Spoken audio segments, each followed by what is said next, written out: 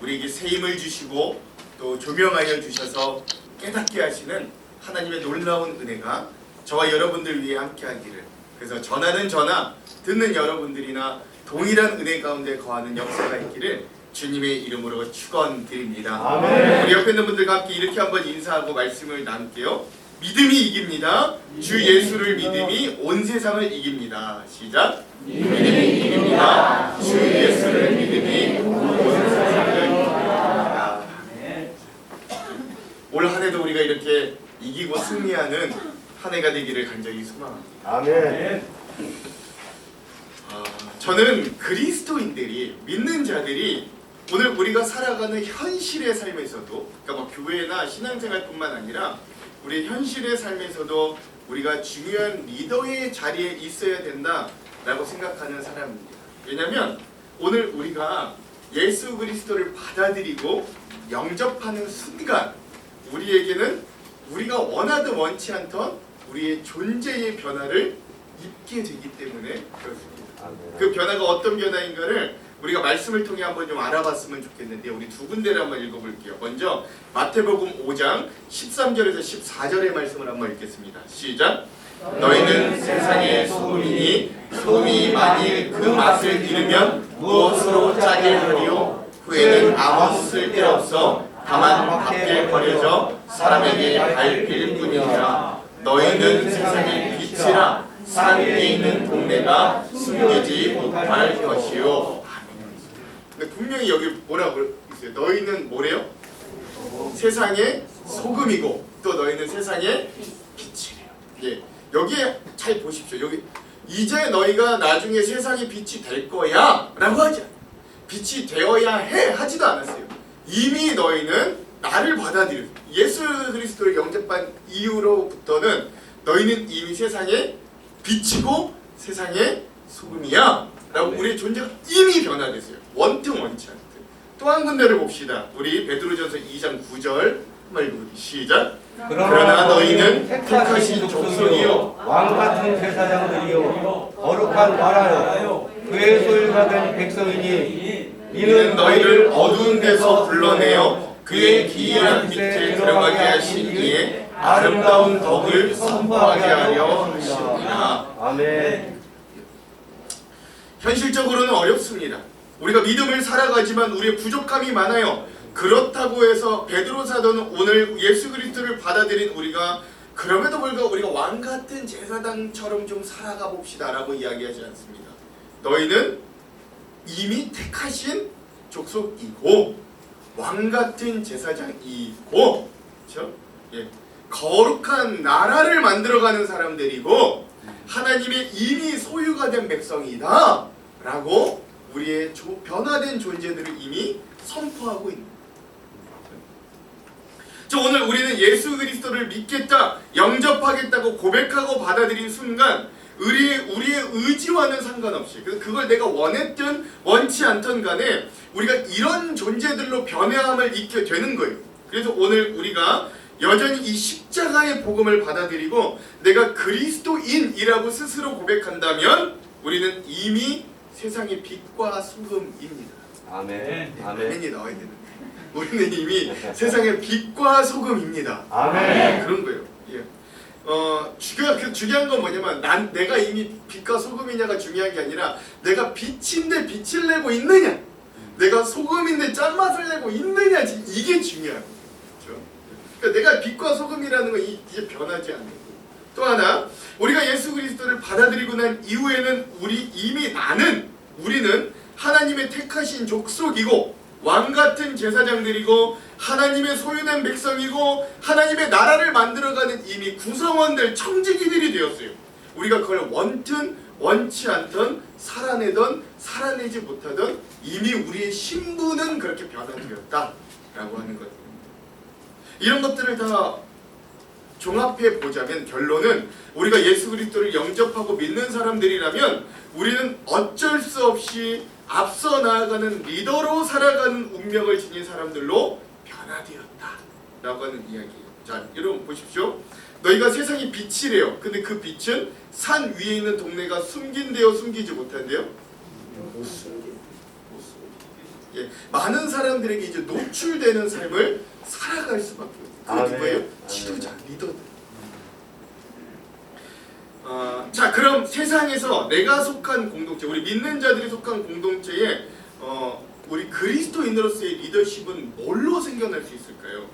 일반적으로 세상에서의 리더십은 돈이 많으면 생겨나기도 하고, 학력이 뛰어나면 리더십이 생기기도 하고, 인맥이 아주 깊고 넓으면 리더십이 생기기도 하고, 친화력이 좋으면 리더십이 생기기도 합니다. 즉 세상에서는 개인의 탁월한 능력에 기초해서 그 리더십이 발휘될 때가 많습니다. 그런데요, 여러분, 오늘 우리 믿는 자들, 그리스도인들이 현실의 삶에서 내가 속한 공동체에서 이 발휘할 수 있는 리더십은 돈과 학력과 인맥이 많거나 좋아서 생기는 그런 리더십을 우리는 추구하는 사람들이 아닙니다.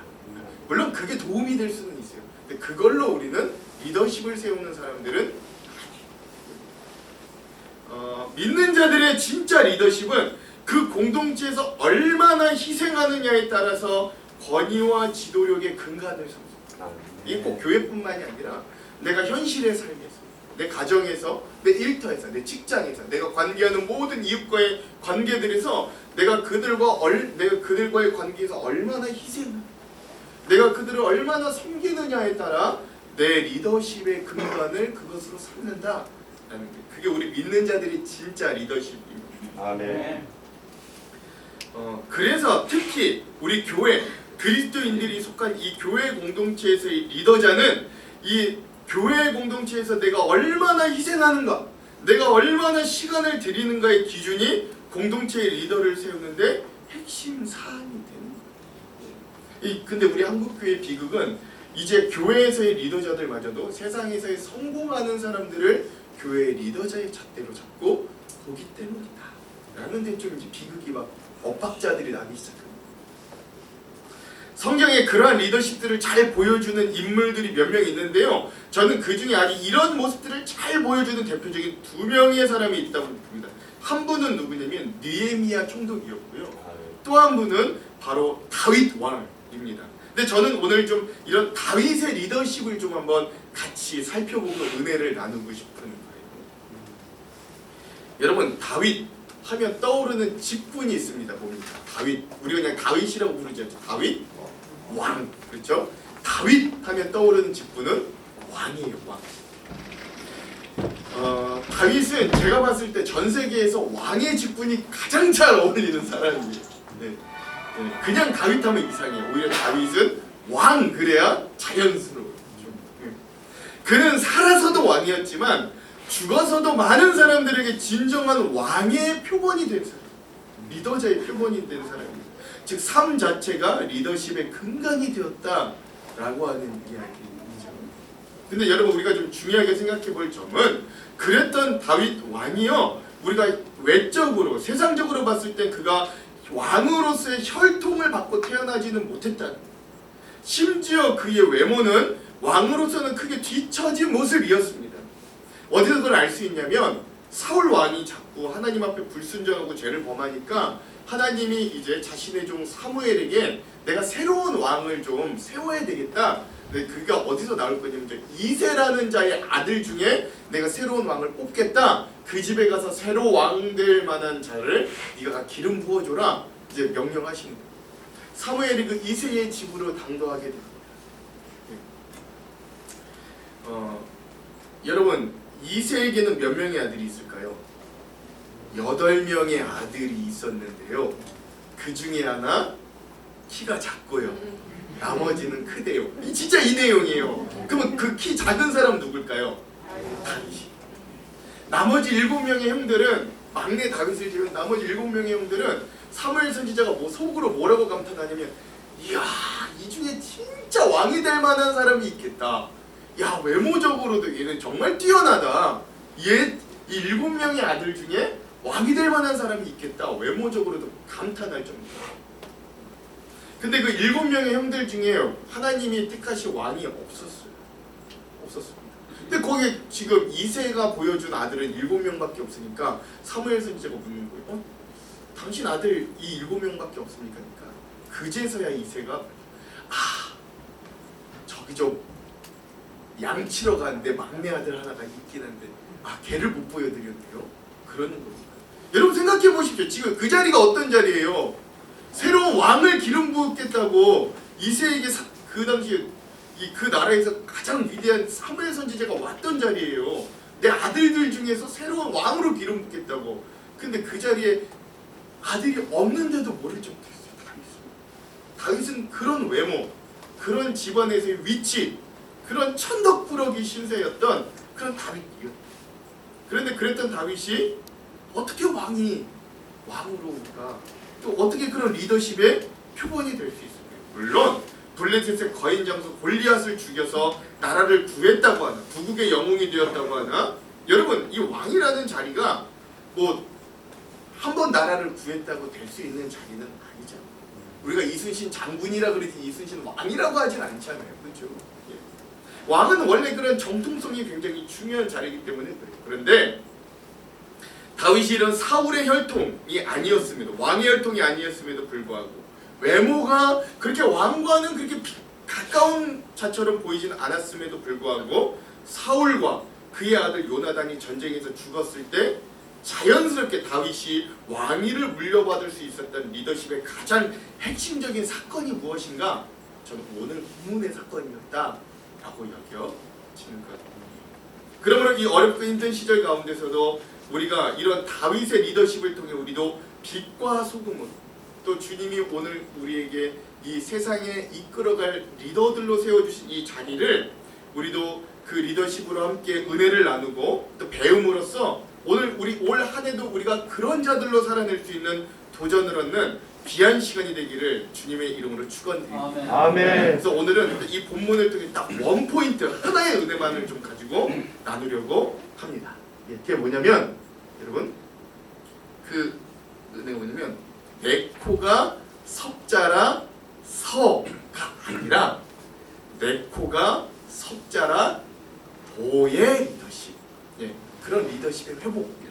예, 다시 한번 내 코가 석자라 서가 아니라 내 코가 석자라 도의 리더십이다 라고 할 수 있습니다. 여러분 내 코가 석자다 이거 무슨 뜻입니까? 석자 얼마인지 아십니까? 90cm 정도. 석자는 90cm 정도 된다. 그러면 코가 90cm 정도 됐다는 이야기일까요? 이거 뭔 이야기입니까? 그 말이 아니라 여기서 코는 이 코를 말하는 게 아니라 콧물을 의미한다고 합니다. 그러니까 코가 석자 90cm 정도까지 쭉 내려왔음에도 불구하고 내가 얼마나 바쁘고 내가 얼마나 지금 상황이 여의치가 않든지 이거를 코를 풀거나 이거를 코를 어떻게 해결할 시간이 없을 내 그런 상황과 처지를 이야기해 주는 게 내 코가 석자다 라고. 지금 내 콧물이 이렇게까지 나왔는데 이것도 못 닦고 있어 이런 말이다 이게.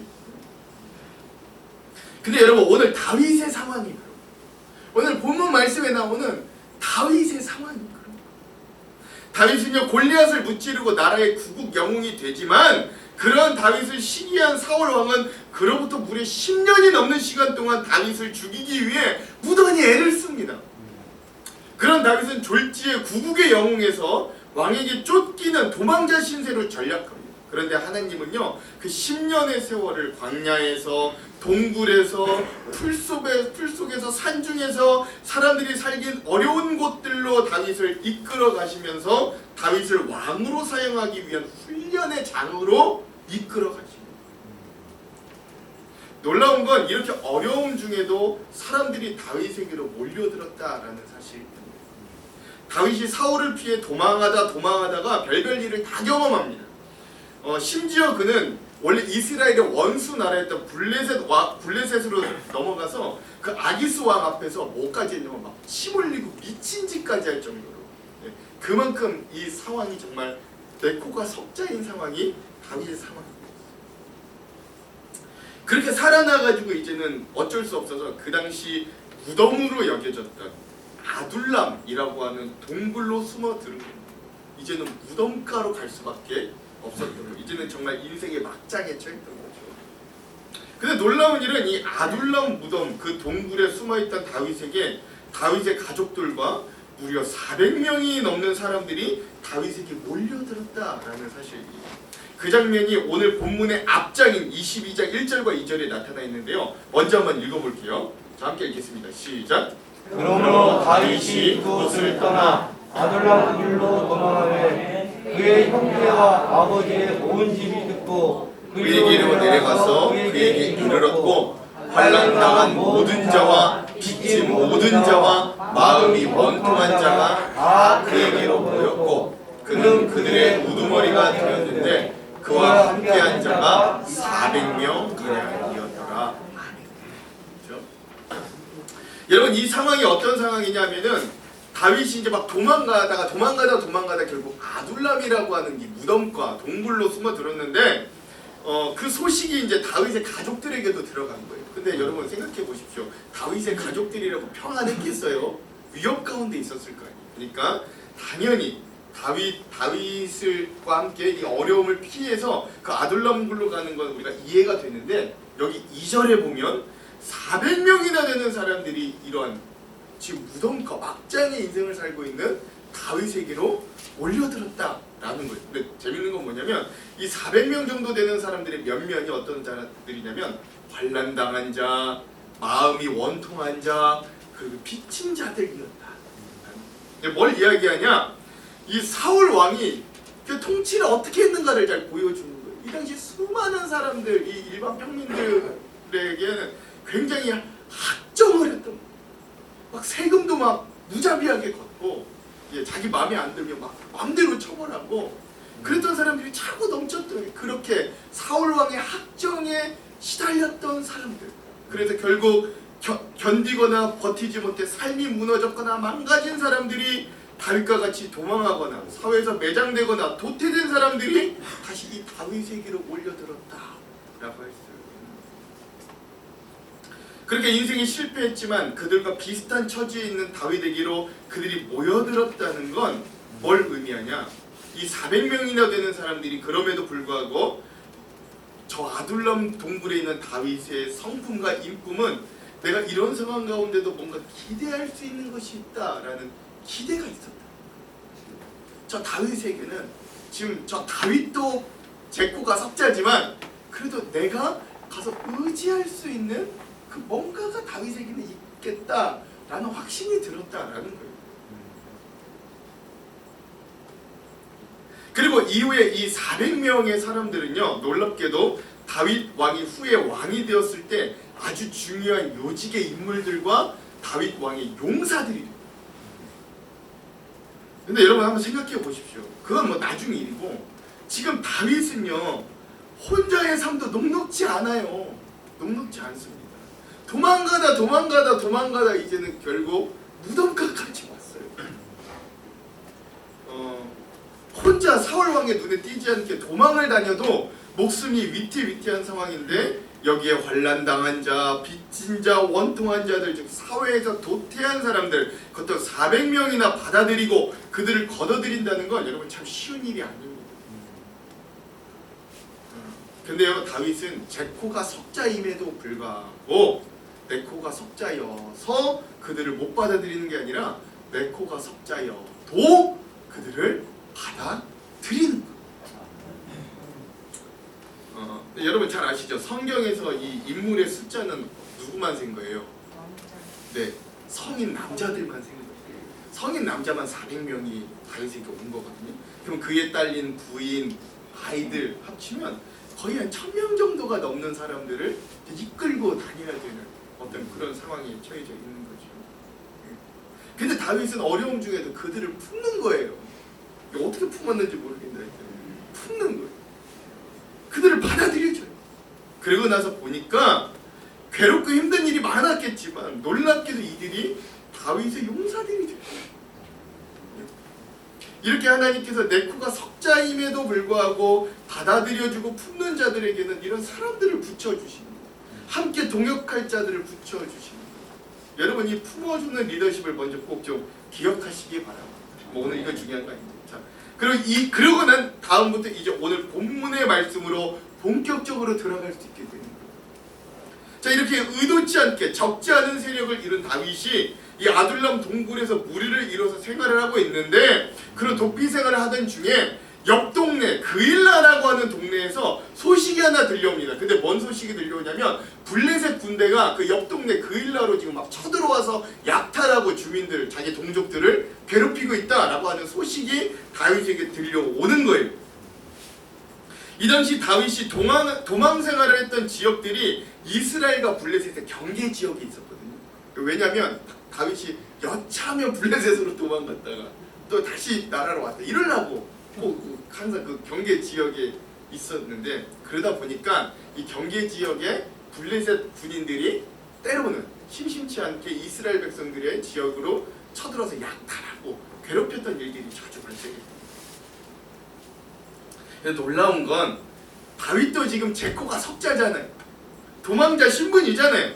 그럼에도 불구하고 자신의 그 그일라 민족, 그 자신의 민족을 괴롭히는 그 블레셋 군인들을 보면서 의로운 분노가 막 일기 시작하는 거예요. 그래서 다윗은 하나님께 여쭤봅니다. 하나님, 지금 제 꼬라지가 이렇지만 나에게 보내주신 이 400명의 사람들을 데리고 저 블레셋 군인들과 좀 싸워도 되겠습니까? 저 그일라 사람들 좀 구해줘도 되겠습니까? 하나님께 물어보는 거예요. 그리고 하나님의 응답은 무엇이냐?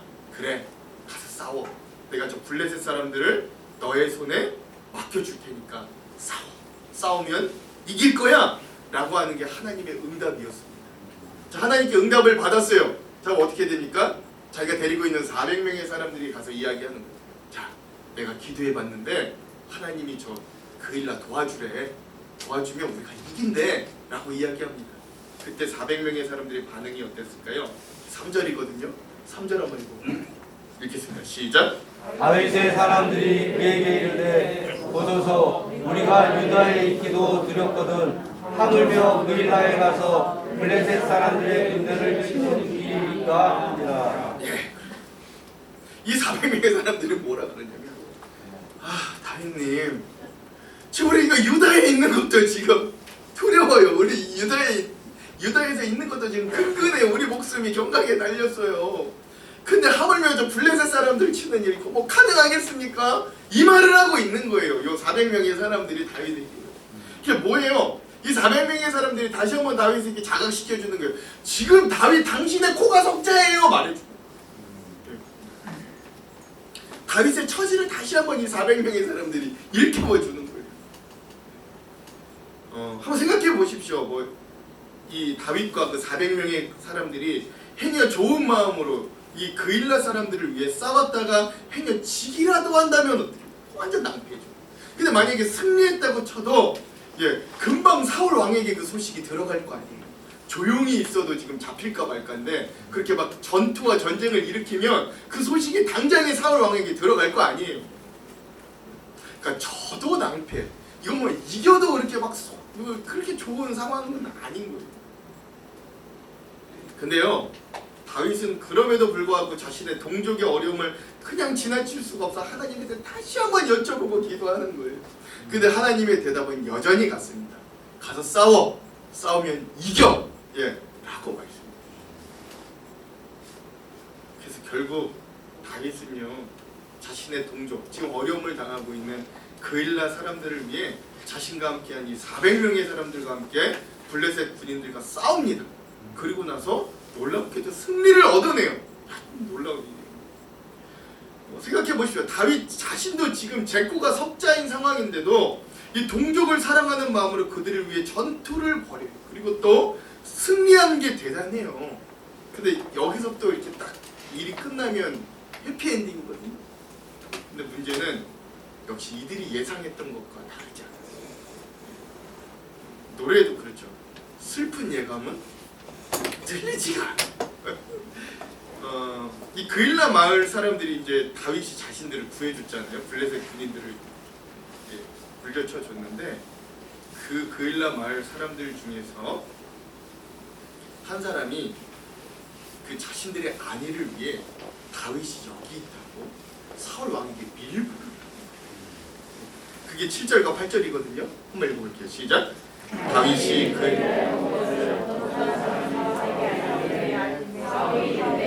하나님이 그를 내 손에 넘기셨도다. 그가 문왕 등짝이 있는 성읍에 들어갔으니 갇혀졌다. 사울이 모든 민족을 군사로 불러 모으고 그일라로 내려가서 다윗과 그의 사람들을 에워싸게 하더니 참, 이 그일라 사람들도 어지간하다. 어떻게 이게 블레셋에서 자기들 구해주려고 목숨 걸고 싸운 이 다윗을 어떻게 이렇게 밀고 할 수 있는? 근데 여러분 더 놀라운 건 다윗은요 이런 상황에 전혀 당황해하지 않고 하나님께 다시 한번 여쭙고 또 제가 더 놀라운 건 다윗은 그러한 그일라 사람들에게 어떤 보복과 해코지 없이 그 자리를 조용하고 신속하게 빠져나갔다라고 하는 사실입니다. 하나님은 그러한 다윗이 사울 왕의 손에 넘겨지지 않도록 사울 왕보다 한 발 재빠르게 그것으로 빠져나갈 수 있는 지혜와 힘을 허락하여 주셨고요. 그리고 또 놀라운 건 뭐냐면 그 아둘람 굴에서 다윗에게 몰려왔던 사람들이 몇 명이었어요? 400명이었어요. 근데 이들이 이렇게 블레셋 사람들을 무찌르고 난 이후에 다윗과 함께한 사람이 얼마가 됐냐면 600명이 됐어요. 어느새 200명이 더 같이 붙은 거예요. 그렇죠? 그런 놀라운 일들이 일어나게 됩니다. 사랑하는 성도 여러분, 오늘 우리는 이런 다윗이 처한 상황들을 좀 기억할 수 있어요. 지금 다윗이 처한 상황은 말 그대로 제코가 석자인 상황이에요. 그와 함께한 사람들마저 다윗을 말리는 상황이에요. 심지어 그렇게 희생한 다윗에게 돌아왔던 건 배신과 모멸감을 느끼게 하는 행동들이었어요. 그런데 다윗의 태도는 그러한 와중에도 항상 일관적이었어요. 여러분, 많은 사람들이 내 코가 석자라서 이야기할 그곳에 다윗은 내 코가 석자라도 라고 이야기하면서 하나님이 요구하시고 기뻐하시는 삶을 살아냈던 이런 다윗의 리더십은요 당장에 자기에게는 손해로 다가왔어요. 그렇죠? 근데 여러분 이 소식이요 어떻게 됐을까요? 사울 왕에게만 갔을까요? 이스라엘 전역에 퍼지기 시작하는 거예요. 그때 여러분 그 소식을 들은 이스라엘의 백성들은 어떻게 생각했을까요? 누가 정말 이 우리나라를 위해 사랑하고 행동하고 자신의 목숨을 바쳐 싸웠는지, 그리고 누가 자신의 권력만을 지키기 위해 나라가 어떻게 되든 상관없이 정적 죽이기에만 혈안이 되었는지 백성들은 마음에 이미 그 리더십에 대한 판단이 섰을 거예요. 그리고 후에 사울 왕과 그의 아들 요나단이 죽었을 때 많은 백성들이 다윗이 왕이 되어야 한다고 인정하게 되었고 결국 그 리더십이 다윗을 온 이스라엘의 위대한 왕으로 설 수 있게 만들었다. 여러분 이거 우리가 잊었어요. 오늘 이런 다윗의 행동은 우리 그리스도인들이 어떠한 리더십을 가져야 하는지를 명확하게 보여주는 거예요. 그게 뭐냐? 그게 바로 내 코가 석자일지라도 라고 하는 리더십. 이 리더십을 가지기 위해 우리가 그리스도인으로서 믿는 자로서 행하는 일에 때로는 손해가 따를 수 있어요. 내 코가 석자인데 지금 내가 누굴 위로하냐고 스스로 나 자신을 조소할 수도 있어요. 그럼에도 불구하고 하나님께서 오늘 우리에게 요구하시는 그 믿음의 자리는 내 코가 석자일지라도 헌신하는 자리입니다. 아멘. 그러면 또 하나님은요 그 와중에서도 승리하게 만들어주시고 아멘. 또 피할 자리를 내어주시고. 아멘. 사랑하는 성도 여러분, 올 우리 교회 표어가 뭐예요? 오늘 우리 교회 표 뭡니까? 샘솟아 풍성한 공동체 또 흘려주어 나누는 교회. 저는 이 표어를 기도 중에 받으면서 물론 올 한 해 2023년에 우리 성도들이 하나님의 풍성한 은혜와 복을 받아서 그걸 가지고 풍성히 흘려 나누는 한 해가 되기를 누구보다 소망하는 마음으로 이 표어를 지었습니다. 네, 아멘이 커야 되는데. 그래서 2023년에는 우리의 직장과 사업이 더 잘 될 줄로 저는 믿습니다. 아멘. 2023년에는 우리 가정이 더 잘 풀리는 한 해가 될 줄도 저는 믿습니다. 아멘. 2023년에는 우리가 입을 크게 벌릴 때 우리의 입을 꾹꾹 눌러 넘치도록 채우는 하나님의 놀라운 채우심이 있을 줄 저는 확신합니다. 아멘. 그런데 그렇게 살다가 때론 우리의 인생에 어려움과 고난이 다가올 때, 그래서 그 어려움으로 인해서 우리가 내 코가 석자라서 라는 말이 절로 나오는 그때에도 여러분 이 다윗을 기억하며 우리가 하나님을 의지하고 하나님께서 기뻐하시는 일을 온전히 선택할 수 있는 저와 여러분들이 되기를 간절히 소망합니다. 아멘. 예. 그게 저는 내 코가 석자라 도의 리더십이다. 사진 한번. 여러분, 미국의 정치가이자 미국의 건국의 아버지 중에 한 사람이라고 불리는 이 벤자민 프랭클린이라는 분이 계십니다. 이게 좀 얼굴이 익숙하지 않으세요? 어디서 많이 좀 본 얼굴 아니세요? 어디 있을까요? 미국 100달러에 있습니다. 미국 100달러에 그 얼굴이 찍힌, 그러니까 미국에서는 굉장히 존경받는 위인 중에 건국의 아버지 중에 한 분. 그는 건국의 아버지들 중에 한 사람이라고 불렸지만 또 한편 그는 굉장히 신실한 기독교인이었습니다. 이 벤자민 프랭클린이요, 기독교 신앙을 가지고 살면서 어떤 마음을 가졌냐면요, 대단한데요. 이분이 필라델피아 지역에 살고 있었거든요. 근데 어떤 마음이 있었냐면, 야, 내가 그리스도인으로서 이 필라델피아 지역에 좀 어떤 도움이 될 만한 일이 좀 없을까? 내가 어떻게 이 지역사회에 좀 도움이 되는 일을 하며 살 수 없을까? 이걸 항상 고민하면서 사셨던 거예요. 그렇게 곰곰이 생각하던 중 이 벤자민 프랭클린 이분이 아름답고 커다란 등불 하나를 준비해서 집 앞에 선반을 만들고 그 집 안 밖에 올려두는 것이었습니다. 예, 이분이 살았던 시대가 1700년대 미국이에요. 예. 그러니까 아직 미국의 전기 시설이 그렇게 잘 돼 있지 못하던 그런 시절이었습니다. 근데 그러니까 이분이 뭘 시작했냐면 자기의 집 밖에 등불을, 자기의 집 밖에 어두울 때. 근데 여러분, 이 당시 일반적인 사람들은 등불을 집 안에 두어야 되는 것들로 인식했어요. 그 집 밖에 두는 건 굉장히 불필요한 낭비다라고 얘기했어요. 지금 집 안 밝히기도 지금 우리가 부족합니다. 그러나 이 벤자민 프랭클린은 자신의 신앙의 양심과 무엇보다 선한 영향력을 이 필라델피아 지역에 끼치고 싶다는 마음에 어두울 때마다 그 등불 하나를 자기 집 밖에다 내놓은 거예요. 그렇게 하루가 지나고 한 주가 지나고 한 달이 지나도 거리를 밝게 밝히는 그 등불을 보면서 사람들이 좀 뭔가를 깨닫기 시작하는 거예요. 야, 우리가 그동안은 밤이 어둡고 무서웠는데 저 등불빛이 어두운 거리를 밝혀주니까 사람들이 밤에도 이 벤자민의 집 앞에 있는 등불을 기준 삼아서 방향을 잡을 수 있는 거예요.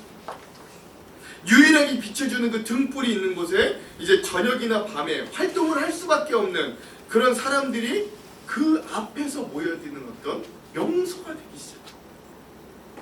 거리에 널브러져 있는 장애물들을 피할 수 있었고 그 등불빛에 멀리서도 방향을 알 수 있었습니다. 위험한 요소로부터 그 불빛을 통해 자신을 지킬 수 있었기 때문에 우리가 조금 더 안전하다라는 것들을 사람들이 느끼기 시작했어요. 그리고 어느새 이 벤자민 프랭클린의 집과 등불은 이 필라델피아 지역에서 굉장히 중요한 상징적인 장소가 되었습니다. 그리고 나서 시간이 좀 더 지나니까 이 벤자민 프랭클린의 이 깊은 뜻을 헤아리기 시작한 사람들이 그들도 역시 이 밤이 되면 자신의 집 밖에 하나둘 등불을 놔두기 시작했습니다. 놀라운 거는요, 결국 이 필라델피아 길거리가 가로등으로 환하게 만든 미국의 첫 번째 도시가 되었다라고 합니다.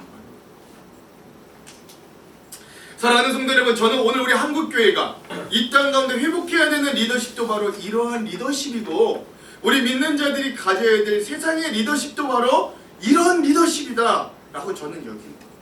그리고 도전하기는 2023년 우리 한양로교회 성도들이 회복해야 될 리더십도 이런 리더십이 되기를 주님의 이름으로 축원드립니다. 아멘. 사랑하는 성도 여러분, 오늘 우리가 하나님의 말씀대로 순종하려고 할 때, 오늘 우리가 내 것을 내어서 다른 이들에게 뭔가를 주려고 할 때, 우리가 어려움 중에서도 다른 이들을 도우려고 할 때 그것을 감당 못할 수만 가지의 이유가 우리에게 찾아옵니다.